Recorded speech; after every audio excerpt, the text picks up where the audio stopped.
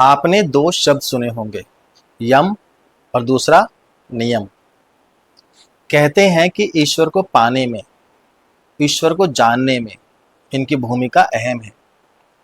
तो अगर आप बहुत ही आसान शब्दों में यम क्या है यह समझना चाहते हैं तो ये वीडियो आपके लिए है। इस वीडियो में हम यम को समझेंगे और नियम के लिए एक अलग से सेपरेट वीडियो बनाएंगे। तो शुरू करते हैं। यम यम के 5 भाग हैं। अहिंसा, सत्य, असत्य, ब्रह्मचर्य और अपरिग्रह। इनमें पहला है अहिंसा। शरीर, वाणी तथा मन से हर समय किसी भी काल में समस्त प्राणियों के साथ बैर भाव छोड़कर प्रेम पूर्वक रहना चाहिए। यह हो गया अहिंसा। दूसरा है सत्य। जैसा देखा हुआ, जैसा सुना हुआ, जैसा पढ़ा हुआ और अनुभव किया हुआ ज्ञान मन में है, वैसा ही वाणी से बोलना चाहिए। ऐसा मत करो कि मन में कुछ और बाहर से कुछ और बोले। तीसरा असत्य। चोरी नहीं करनी चाहिए और ना ही किसी का सामान बिना पूछे छूना ही चाहिए। चौथा है ब्रह्मचर्य। इसकी बात बहुत होती है। अक्सर इसे सिर्फ ऐसे देखा जाता है कि बस अपने से विपरीत जेंडर से अलग रहो, स्पर्श भी मत करो। तो हो गया ब्रह्मचर्य का पालन। यह कहीं कहीं कुछ ठीक हो सकता है पर पूरा सही नहीं है। इसका एक दूसरा रूप भी देख सकते हैं। जैसे ब्रह्मचर्य बना है ब्रह्म प्लस चर्य से, अर्थात ब्रह्म में चलना, ब्रह्म के अनुसार आचरण करना। सिर्फ शारीरिक संयम नहीं बल्कि जीवन के हर पहलू में अनुशासन और अपनी ऊर्जा का, अपनी शक्ति का सही उपयोग करना। ब्रह्मचर्य पालन करने के 4 मुख्य रूप हैं। शरीर पर नियंत्रण, अर्थात इंद्रियों को काबू में रखना कि वो कहीं आपकी इच्छा के विरुद्ध ना चली जाए। दूसरा मन पर नियंत्रण, व्यर्थ की इच्छाओं, लालच और कल्पनाओं से बचना। तीसरा वाणी पर नियंत्रण, झूठ, अनावश्यक बातें ना बोलना। चौथा आचरण पर नियंत्रण, आलस्य और बुरी आदतों से दूर रहना। मन, वचन तथा कर्म से पवित्र होकर ब्रह्मचर्य का पालन करना तथा ब्रह्म में विचरण करना और ब्रह्म को जानना ब्रह्मचर्य कहलाता है। यहां पर कुछ शब्द आए हैं जिनको जाने बिना हम आगे नहीं बढ़ सकते। जैसे ब्रह्म को जानना, यह समझ लेना कि ब्रह्म परमात्मा और अनंत चेतना ही सबका मूल है। आत्मा और परमात्मा अलग नहीं है, एक ही हैं। ब्रह्म को जानना कहलाया जाएगा। इससे आगे ब्रह्म में विचरण करना। अगर मैं इसको आध्यात्मिक दृष्टि से देखूं तो आत्मा का परमात्मा से मिलन हो जाना या ब्रह्म ज्ञान हो जाना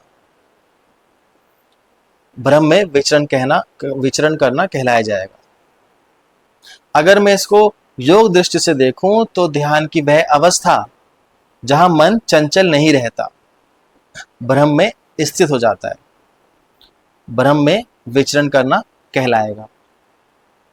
अगर मैं इसको दार्शनिक दृष्टि से देखूं तो जब व्यक्ति समझ ले कि ये पूरा जगत ब्रह्म का ही विस्तार है तो वह ब्रह्म में ही विचरण करने लगता है। देखो, एक लहर है, एक समुद्र है। जब लहर खुद को अलग समझती है तो वह कहती क्या है कि मैं एक लहर हूं, परंतु जब वह समुद्र में मिल जाती है तो वह समुद्र ही बन जाती है।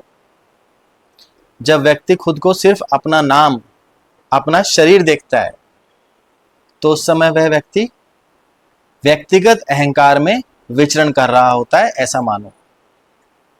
पर अगर वह समझ ले कि जैसे समुद्र की लहर की तरह लहर समझ गई कि वो समुद्र का अंश है और व्यक्ति समझ ले समुद्र की लहर की तरह कि वह ब्रह्म का अंश है, तो उस समय उसको ये एहसास हो जाता है कि वो परम सत्ता का ही एक अंश है। उस समय वह ब्रह्म में विचरण करने लगता है। इसको एक सीढ़ी की तरह देखो। जैसे पहली सीढ़ी, सबसे पहले क्या हुआ, व्यक्ति ने शास्त्रों से, विद्वानों से सुना कि ब्रह्म ही सब कुछ है। अब यहां सिर्फ उसे एक ज्ञान मिल गया, अनुभव नहीं हुआ। फिर वो आगे बढ़ा, दूसरी सीढ़ी चढ़ा, तो व्यक्ति उस ज्ञान पर गहराई से विचार करने लगा। यहां उसकी कुछ शंकाएं दूर होती हैं, विश्वास पक्का होता है। उसके बाद तीसरी सीढ़ी पर जाता है। अब व्यक्ति ध्यान, योग, साधना से उस ब्रह्म को अनुभव करने की कोशिश करता है। चौथी सीढ़ी, अब यहां साधक को अनुभव होने लगता है कि मैं अलग नहीं हूं, मैं इस अनंत चेतना का हिस्सा हूं। पांचवी सीढ़ी, यहां साधक केवल अनुभव ही नहीं करता, बल्कि रोजमर्रा की जिंदगी में, डेली यूज में वो उसी भाव में जीता है कि मैं अनंत चेतना का हिस्सा हूं।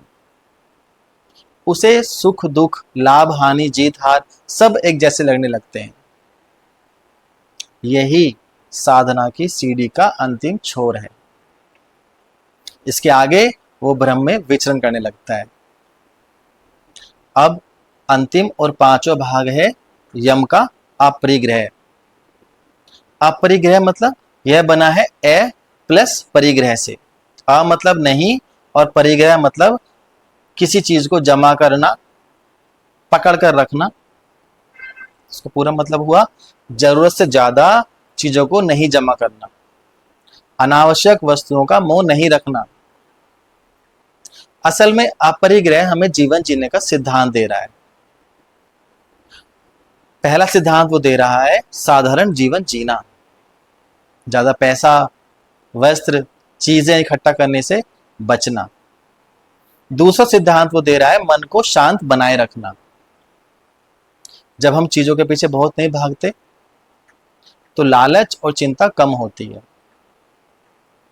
तीसरा दे रहा है वो संतोष, अपनी जरूरत और इच्छाओं के बीच अंतर समझना, जो है उसमें संतोष करना सीखना।